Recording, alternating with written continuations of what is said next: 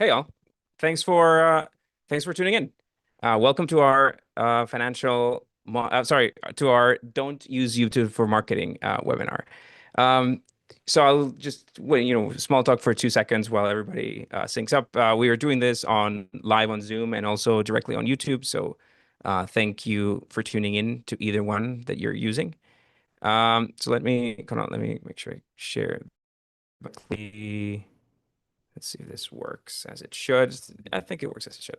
Sometimes lags, and if it lags, just let me know. I'm decent at multitasking, so I see you guys on the YouTube chat and I see you guys on the Zoom link as well.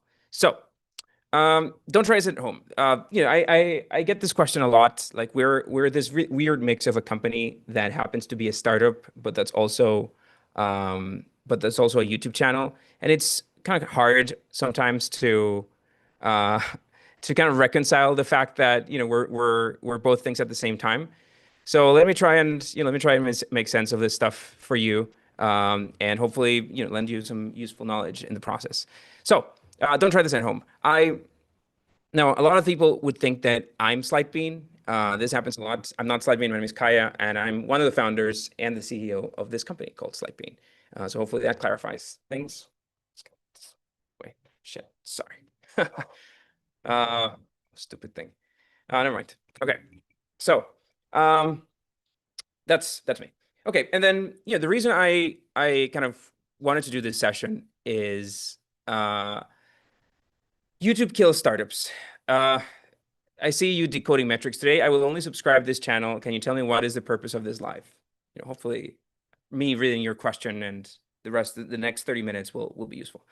So YouTube kills startups, and I think YouTube kills most startups. Why? Because I think that I see a lot of founders kind of trying to focus on YouTube as their source of growth, as their main kind of growth go-to-market channel, and I don't think it's a good idea for the most part. So let me clarify on that. So again, what are we, Slidebean? I think that people sometimes get confused. Most of you probably know us from the YouTube channel. But we do a bunch of different things. We have an AI pitch deck builder. We have a startup toolkit and a bunch of other stuff. We have a financial model builder for startups, which I'll get to. But are we a YouTube channel is kind of the question. And one way to look at it is, if you look at our revenue. So let me show you our revenue. This is kind of how our revenue looks like today. It's a mix of SaaS revenue. That's where most of our money comes from. It's a bit of what we call agency revenue and a bit of what we call media revenue. This is our 2024 metric. And media revenue is pretty much what you would think media revenue is. Our YouTube ads, our YouTube brand deals. And I'm going to show you this chart.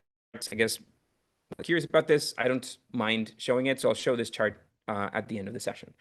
But as you can see, like media revenue is really just a small slice of what we do. YouTube is not our main gig. And this kind of puts me in this middle ground position where I think it can be useful to you guys who might be considering either advertising on YouTube or starting channels of your own as a way to kind of grow your companies. Again, the main product, that biggest slice in our product is this SaaS product that we've built. It's kind of like this toolkit, fundraising suite for startups and for founders to navigate the whole process of raising money. But then there's a different way we can look at this chart. We can look at this chart as media touched revenue, which is what percentage of our revenue is somewhat influenced by what we do on YouTube, right? So YouTube in itself doesn't generate that much revenue for us, but the fact that the YouTube channel exists does impact almost half of what our company does, potentially even more. It's hard to measure, and I'll get to that too. So this kind of puts me, as I was saying, in this really weird kind of middle ground position where I've done both of these things on YouTube. I've paid other YouTubers and other channels to promote our content and to promote our product, and I've paid YouTube ads a lot. And at the same time, now that we have a YouTube channel and that we take brand deals on this Slidebean channel, I also charge other businesses to promote their products on YouTube. So I think few people do both of these things at the same time, and that's where I think my insights could be useful to you. So this role that I kind of play at the company is a bit of the CMO role, right? I'm one of the founders. Again, we've been doing this for a while, and so I think the job of CMO is to kind of balance or use these two very broad. Like if you were to group marketing, the marketing that exists in the world, you probably want to group it into these two very large buckets. Uh, one of these buckets, the first bucket is what I call brand awareness. And the other bucket is what I call direct response campaigns, right? So think of brand awareness as those billboards that you see. Think of brand awareness as social media efforts. Those are classic brand awareness. Think of your TikTok, your Instagram, your stories, like Duolingo. Even like Duolingo is kind of a good example. Very controversial these days, but a lot of what Duolingo does is brand awareness, right? It's just people know what Duolingo is, that Duolingo exists. And then the other type of marketing, the other type of growth channel for a startup is what we call direct response. So direct response is just ads that you run to directly impact your revenue, right? Ads that you run that you can very clearly, very directly measure and evaluate against conversions, right? Is this campaign working or not? Is it driving customers, yes or not? And that's very different from brand awareness, right? Brand awareness is more abstract. It's like maybe it'll work, it has some impact. We can measure a little bit of that. Direct response, dollar spent is dollar measured, and you have to make sure that it translates into actual conversions for your product. So as a startup, right, as an early stage company, which of these two do you need to use? Or how much do you want to balance one or the other? I actually think that the balance for an early stage company is kind of like this, right? It's mostly direct response. This is what you should mostly be doing as an early stage company. And then maybe you should spend a little bit of time or a little bit of effort into what we call this brand awareness efforts. And I think the biggest mistake that founders make is that they think that brand awareness is kind of like this pathway to free growth. And it's not. It's not a pathway to free growth. And I think that a little bit of what I'm going to tell you over the next few slides is kind of like the living proof of that. So no, I don't think that it's a pathway to free growth. On the contrary, it's a very dangerous marketing campaign for early stage companies. Because I think that as an early stage company, again, if you focus on direct response campaigns, for us, for Slidebean, our very first successful direct response campaign was paid search, right? So we found a way to drive customers to our product via Google Ads. We paid for each one of those conversions, but that was an advantage, right? Because it allowed us to measure how much each conversion would cost. It allowed us to kind of find a repeatable process to get more customers. We eventually found this formula where we would pour $1,000 or $10,000 into Google search ads, and then 1 month later, we had recovered $20,000 out of those conversions, right? So we see that math work, and the fact that you can kind of put it in numbers, that you can connect one to the other is kind of like the effort that you need to be going after. So that's great. Paid marketing, paid search is one really good direct response campaign. But as a company, as a startup, what you probably need to be doing is kind of repeat this process, right? And this is kind of like the way it's worked for us as we kind of go towards growth, right? So you go from finding one campaign. In our case, we went from paid search then to direct ads on Meta. Then we started playing around with Bing ads, and that worked. And we started playing around with newsletters, and that worked. And then growth happens after all of that time, because you now have these 4 engines that work. They're not infinite. They cost money, but if you measure those metrics correctly, you can see the light at the end of the tunnel. I see your question, Alif. Don't worry, we'll have some time for questions after this, after I wrap up some slides. Okay, so again, what a lot of companies assume is they can just take this and kind of follow that path with brand awareness campaigns. But the reality is that brand awareness is really a long game that maybe is going to drive growth at some point, but it's a big maybe.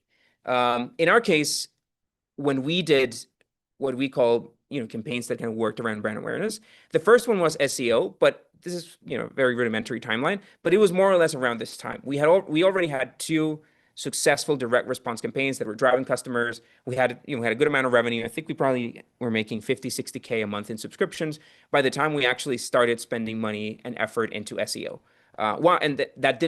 Our whole company didn't rely on SEO. We relied on these repeatable paid marketing tactics. Why? Because SEO, community reach was next. This is stuff that takes just too long, right? And it might work or it might not work. So just carving out this 20% of time to dedicate into these side hustles, into these brand awareness efforts to see if they maybe work, that's, I think, the best way to go at them. And then finally, YouTube, right? And that's, and again, in our company timeline, YouTube came very, very late. And, I don't know how long you've seen our YouTube channel, but, this is a rather, in the lifespan of our company, we started with our startup tools, our SaaS startup tools. We started maybe that 12 years ago, I think. And then the YouTube channel is maybe 6 years old. So we were a 6-year-old company, almost $1 million in annual revenue, in annualized revenue by the time we even considered doing a YouTube channel. And that's kind of where I'm going with this. Uh, Again, bottom line is brand just takes too long. If I kind of lend, but there's a way to make it work, and that's where kind of I'm going at. It's not a clickbait title. Uh, it's just you probably shouldn't use it, but if you do, I have some tips for you. But first, tips for early stage companies around these very early stage growth basics. As I was saying, you don't want to spend more than 20% of your time or effort on brand awareness. It's something that might work, but we don't know. It's hard to measure in revenue. Focus on direct response channels first. Two, please don't consider influencer marketing a good channel of growth, because influencer marketing requires you to understand your audience very well. It's somewhat unpredictable. So once you have a good audience and you're targeting that audience and you know who they are and you know what channels they probably watch, then that's a good time to go after sponsoring those channels. But if you don't, and you're just really throwing money at the influencers, and I'm including myself in that bucket too. If you don't know who your customer is, you don't know if they're going to buy from this channel or not, then don't do it. Next up, direct response makes or breaks a business. If you can't solve direct response first, I think that your business is probably going to be in danger. So make sure that you own it first before moving into other things. For UTM tags are not enough. It's very hard to do attribution now, especially when brand awareness or some form of brand awareness is involved. So make sure that you own that before you get distracted with anything else. And last but not least, again, know your audience first. Start with a niche audience that really loves your product and then expand to it. As a little bonus thing, here. Here's a bit of kind of like what our YouTube audience looks today. So there's a good chance that you probably fit.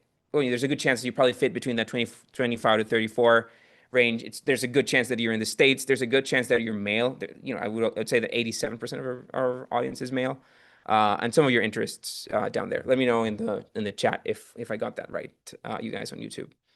Okay, so in that case, like, I don't want to completely trash on influencers. What is influencer marketing good for?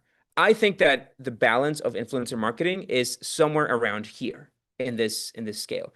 It's a place where most of the effort, most of the money, most of the time that you spend with influencer marketing, with YouTube marketing, social media marketing is going to land in this universe of brand awareness.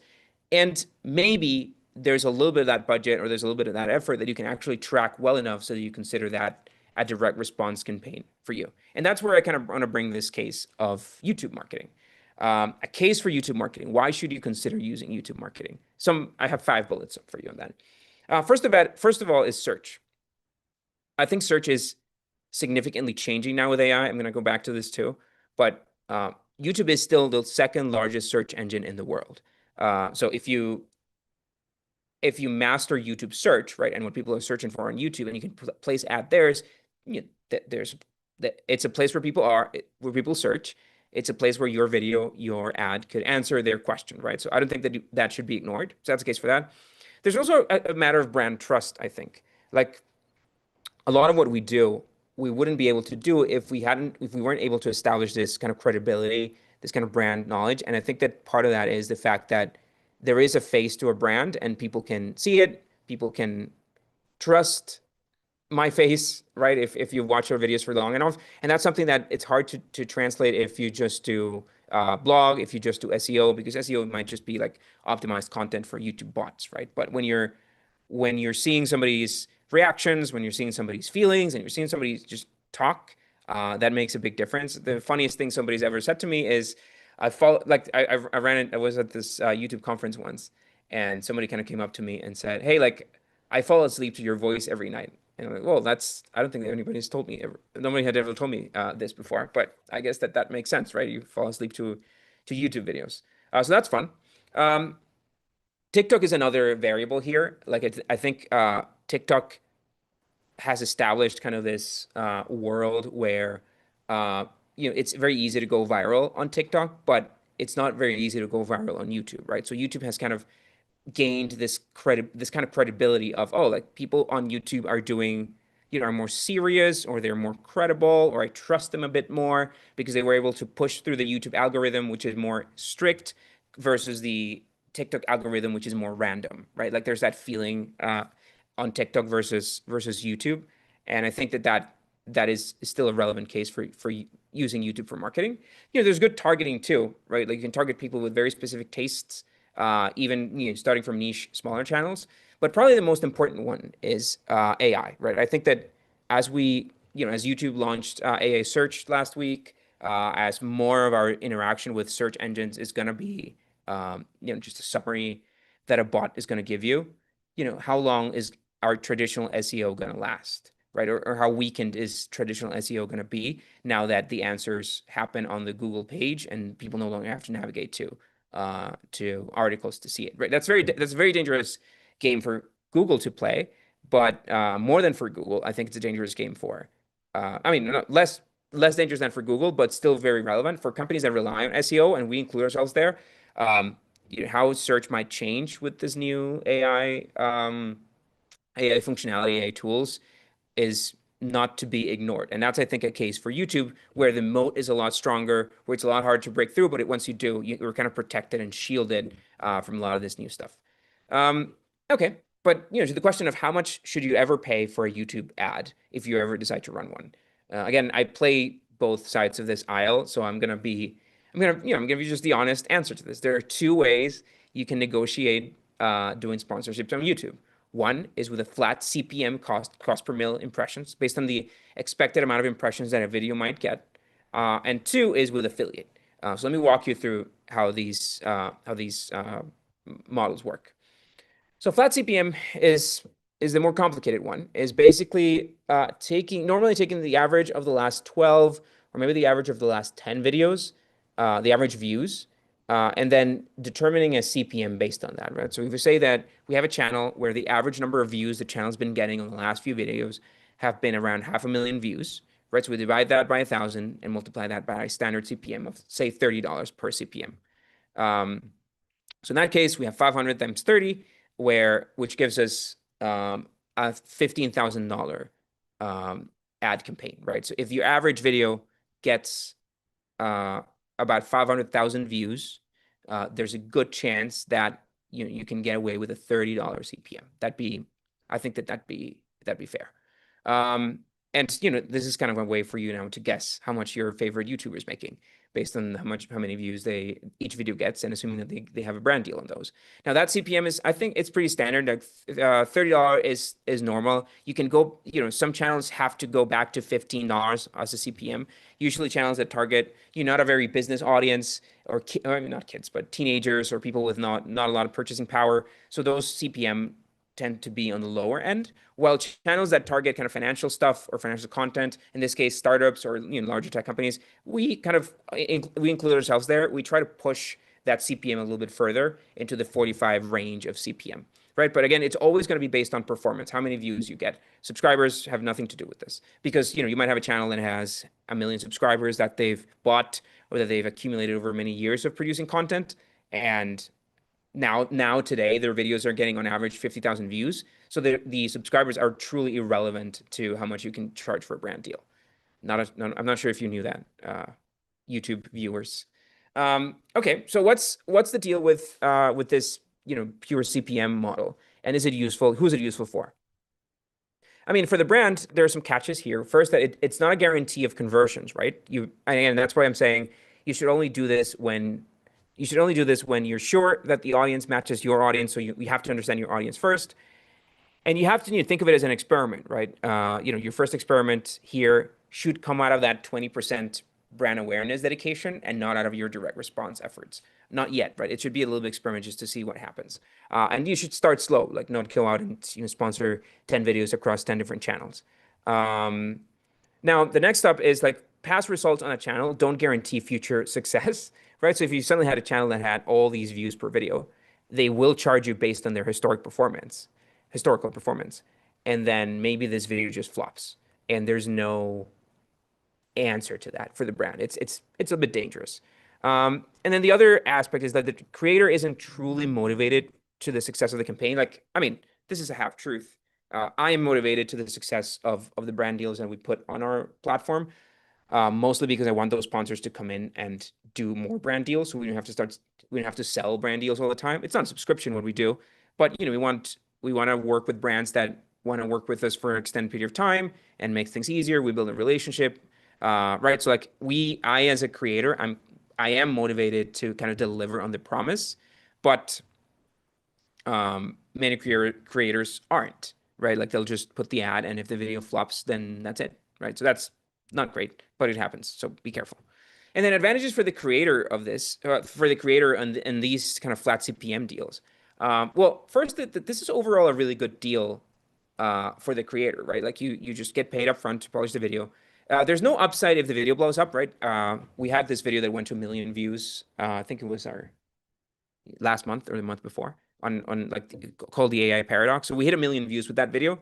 There's a brand deal there, but we charged the brand deal at our standard average views per video of around 150,000. So good for that sponsor. I think it was NordVPN. I mean, great for that sponsor. They got they took the risk, right? And it was rewarded with 1 million views on the video that they sponsored. So great for them, no upside for me. So that kind of sucks. Again, founders, creators could get lucky if the video doesn't perform well because they got paid for it anyway. But again, that's going to damage the relationship. Normally, what we do is that if a video that we had a brand deal with really, really flops, we normally offer the brand another video. I don't love putting that on contracts. Some brands will demand it, and that's okay. But normally, yeah, if the video really flopped, we're like, hey guys, like I'm sorry about that. We thought the topic was interesting. We'll give you another video, and we'll fit it in our next possible slot. And that's just taking care of your customers, if you will. Now, here's the other way to negotiate an ad on YouTube, which is via affiliate. Right. So if you do affiliate, what you would normally negotiate is, hey, like we'll pay you a flat, the brand will pay the creator a flat $10 per sign up, or say a 30% rev share, depending on how many conversions they get. So this is a really, really good deal for the brand. There's so much upside here. There's no risk. You get the brand awareness for free, right? So even if you get 0 conversions, then your platform was still out there. People talked about it. People saw it. Your influencer, your creator kind of validated the brand. So you get it's the best of both worlds. Now for the creator, this is a really, really shitty deal. It's the shittiest of deals because you might do a great video. You might have some really good control. I mean, you might not have control over what you have to say about the brand. The brand might establish what the message, right? Because they're the sponsor. You have no visibility on the conversions, right? So maybe this brand is just really, really, really bad at converting customers. Maybe the landing page that you're pushing people to is a really bad converting landing page, maybe on purpose, right? Because you get the brand awareness and you don't get, and for the brand, it's great to get the brand awareness and not for people to convert through that landing page because that way the creator doesn't get paid. So I think that's really, again, it's a good deal for the brand, a terrible deal for the creator. You risk kind of damaging your audience if you sell too hard. Sometimes you have to go and chase the brand for them to pay you the rev share. That happens. I've seen it. You basically become this free evangelist. Videos still cost the same amount of money to produce. It's just a really, really shitty deal. We don't do affiliate deals, but that's kind of like, again, this advantage that you have because I'm in the middle of these two things. As a brand, if you can negotiate an affiliate deal, by all means do it, right? By all means, that's just a fantastic way to get free brand awareness and only pay for the direct response campaigns. That's fantastic. It's perfect. But chances are any creator that has a decent size or that understands this a little bit is going to know that it just doesn't work for them. So you'll have to go to flat CPM. As a creator, right? I don't know if any creators are watching or if you're considering it. Never do affiliate deals. Just don't do them. I think they're really bad, and I think that they'll like the least creators we have doing affiliate deals, the least we have to deal with even that possibility. So flat CPM is, I think, where we land. I think a flat CPM with some guarantee or some guarantee of views, if not a replacement video, if the views aren't met. I think that's a fair deal for both ends, right? And it'll work for the brand, again, as long as they know that the audience is going to convert well, right? If I just go and put an ad, like say for our product Slidebean, again, a startup tool, If we go ahead and put an ad on Veritasium, which I love, what percentage of Veritasium's audience is startup founders? I'd say a rather small percentage. So probably the economics of that ad are not going to work really well for me. And that's kind of where I'm going for. Like, just it's not about exposing the brand to everyone. It's about being very, very targeted about it. So the deal with this with YouTube ads is, okay, you should aim for conversions. But if that doesn't work, you should settle for brand awareness. That's kind of the game that you want to play. Okay. So the bigger question and the last question before I go to your questions, and I see some of these come up on in the chat. The last question I have is, well, should you start a channel? What are the economics of that? And there's some stuff that I can share with you about how our channel works.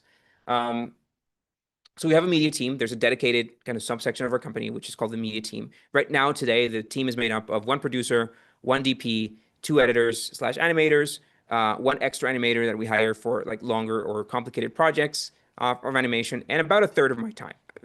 The other 2/3 of my time still go to kind of running a company. So that's how our media team looks. If you look at numbers, I'll show you some numbers. The entire team costs, I'm rounding some numbers here, but the entire team costs around $250,000 a year. That's more or less the operation of the media team.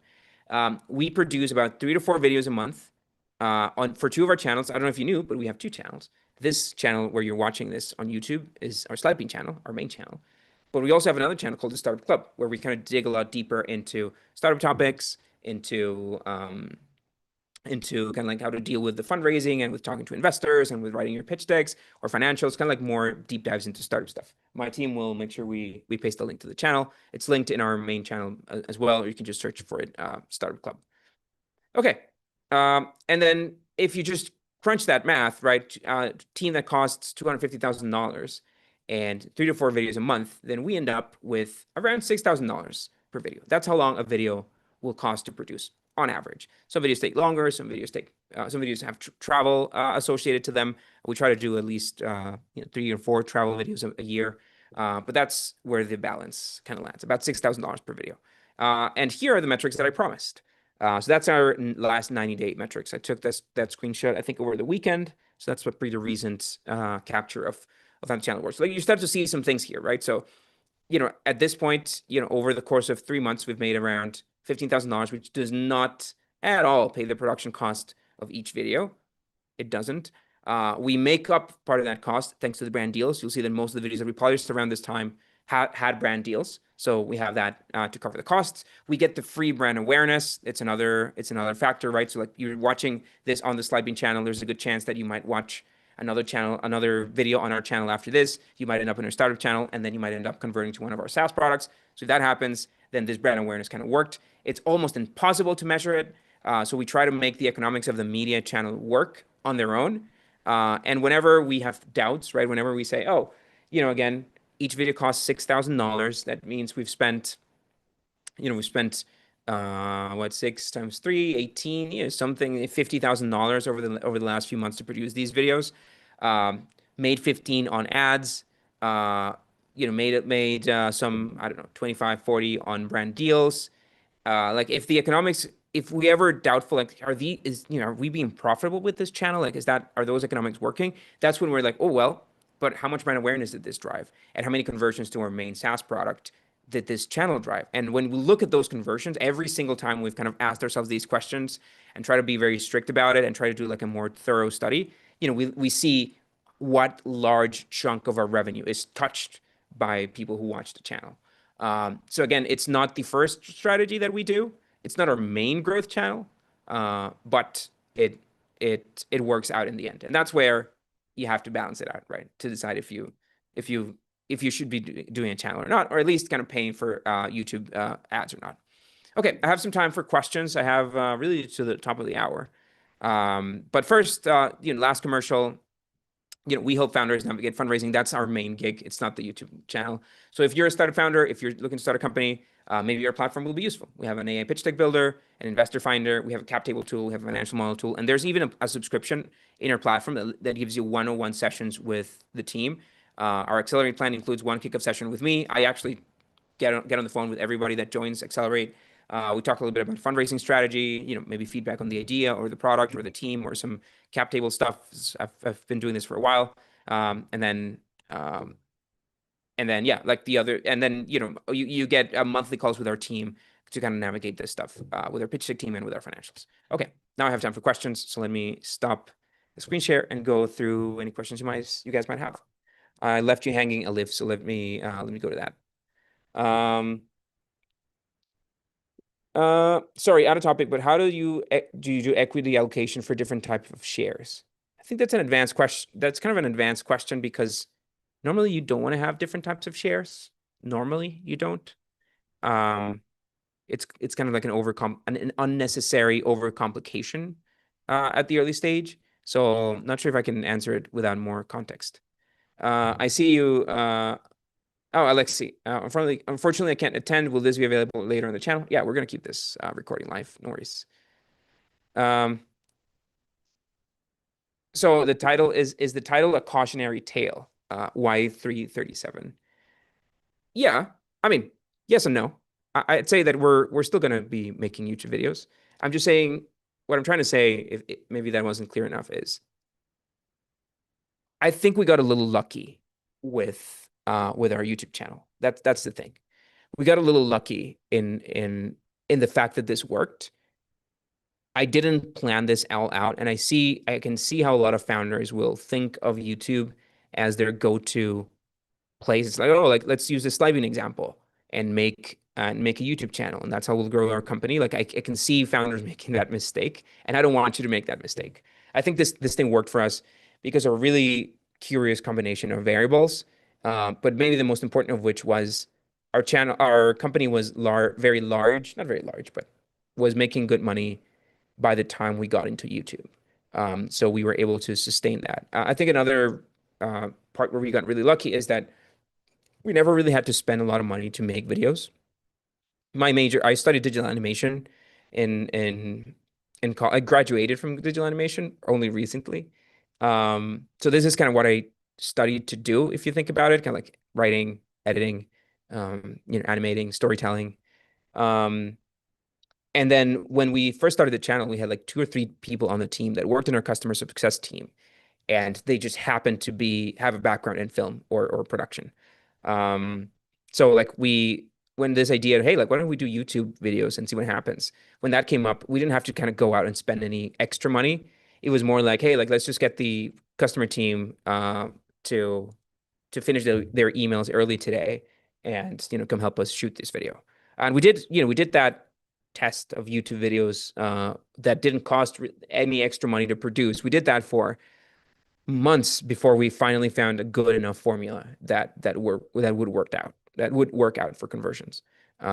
So again, that's another reason why we got a little lucky. If we had gone out and hired our production team and editors, not understanding editing ourselves, right, not understanding storytelling ourselves, it would have taken us a lot longer to figure out, what was working, what was not working with YouTube. And I think it easily would have either given up or just spent much more money than we should have in this marketing channel or in this experiment. So that's why I think we got a little lucky. So yeah, I guess a cautionary tale, if you will, to other founders. Okay, I know that there's a little bit. I want to say, are there any more questions? I know that there's a bit of a lag on the YouTube live stream, so I'm saying this, and you're only going to hear it like in 10 seconds. But now is your chance to kind of throw any extra questions if you have any. Otherwise, we'll call it a day. Now, a good big commercial. We do these sessions more regularly now, these live sessions. We have another one coming in next week on, was it Tuesday? No, on Thursday, I think. There's another session coming on Thursday on this channel. So make sure that you sign up for that. It's on the live section of the channel. Or maybe it's in the Startup Club channel. Now that I'm confused now, but anyway, sign up. We do these regularly now. Okay. I see another question. Does Slidebean do embedded integration partnerships? Embedded integration partnerships. If I understand correctly, what you're saying is kind of like those brand deals that are embedded on the video, that are kind of like inside the video. Is that the question? If it is, we do. I think it's the only way to do brand deals these days.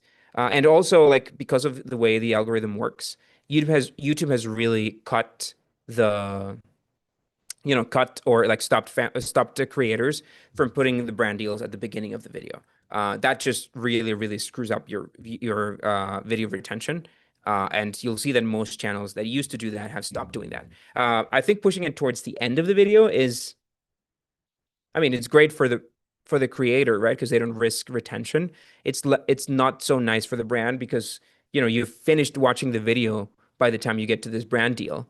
And so like most of the videos, like half as interesting or went over, those are the channel. That's one of my favorite channels, and one that still gets away with doing integrations at the end of the video. I think that I just stop watching the video as soon as the video ends, as soon as the story ends, right? I don't stick around for the brand deal. If you put it in the middle, you see, like, if you see a retention curve, I can maybe show you one even. Yeah, let me look one up and I'll show you. If you see a retention curve of a video, when there's a brand deal in the middle, you'll see that it just drops, right? Like there's this kind of like hole where the video kind of loses some retention because there's a brand deal and some people will skip and not watch the video after that. So that does happen. And I think brands should be prepared for that. I think it's the expected behavior, if you will. But it's a trade-off that you want to make. And the better the brand integration is, the more the more views the sponsor gets, which is in the end better for your sponsor. This is the retention in one of our videos. This is this video has close to 400,000 views, I think. And then you'll see the dip here, right? This is the dip of the brand deal. It's actually a smooth dip, which means that I probably didn't do so bad at kind of connecting it, or maybe the topic was actually relevant. So these sorts of dips, you want to be prepared to see. And, as a brand deal, it's as a sponsor, the reality is that, it's really this 38% of people that actually saw the spiel of the ad. It happens for most videos. This is our 1 million video that's recent. Here's the brand dip. Like, it always happens. But not everybody skips. A third of the people who are watching the video will still watch the brand deal. If you think about it, when you think of like CPM, right? Like that's really the percentage of people that get to see the ad, right? It's not that actually see the entirety of the ad, right? It's only the people who didn't quit. And I think our channel metrics, our retention metrics are pretty decent. So my thinking is, probably most will probably look somewhere like that. I guess Mr. Beast is probably an exception. He does really, really good brand integrations just in the middle of the story. But yeah, all this to say, it's that CPM is really a skewed number because not everybody's going to watch the full brand. They're still going to see the top of the brand deal. They're still going to see the call out, but watch through the whole thing. Those are those are likely to click or more likely to click. Maybe they're watching on their TV, they got lazy, didn't skip, or whatever. Okay. Jason, I see you. Can you please share the AI features of Slidebean that supports financial modeling? We don't have a lot of AI features on financial modeling. Financial modeling, most of what we do with financial modeling is human. It's very human, and that's why that's kind of part of the subscription that includes humans, because most of what we do on financial modeling is teaching founders how to think about the financial model. We're actually working on an AI assistant now that understands our financial model and is able to advise a little bit on it and even write or kind of adjust stuff, but still not close to release, right? Maybe beta in a few weeks. So so most of our assistance on financial modeling for startups is very human. It's really our team kind of helping you guys out or building stuff for you on a financial model. Less AI for now. It's still, I think it's one part that AI will figure out. I think hopefully we'll be able to scale this even faster once we figure it out with AI. But the truth is today that it's the part where founders need the most human assistance, I think. Pitch deck, not so much. We have a lot of AI stuff for the pitch deck. And I think AI is really good at writing, right? So that's what AI is for. Okay. Video on early stage HR and payroll, how to handle first employees, paperwork, processes, not the personal aspect. That's a good question, man. I think that on this channel, like on this main Slidebean channel, there is a video on how do you hire your first employees. I think something like that. It's a video from a long time ago. Probably was my short hair persona back then. But I think we have one on it. Yeah. And then also, what CFO services do you guys use? How they are Slidebean? Like we don't use kind of CFO services. We do that ourselves. We kind of had to teach ourselves to do it. as an early stage startup, and that's what I think allows us to now kind of help other startups with that stuff. So yeah, very much an in-house thing for us. We have an accounting team, and that's very different. It's like an external team for it. Okay. Embedded integration within your software. So your software becomes two softwares that benefit your existing clients. Your developer might know the actual question. Any way to get in touch? Yeah. I think the easiest way to email us, because I'm not sure I'm getting the question, is media@slidebean.com. So if you want to shoot us an email, media@slidebean.com. Alrighty. Cool, guys. So I don't see any more questions. So hope that this session was useful. Again, please remember to sign up for the next one. It's coming next week. I'm going to be doing that one from New York. And that's that. Thanks for tuning in. Be careful with YouTube ads. Be careful with starting your own channel. Don't trust your entire company on it. Bye.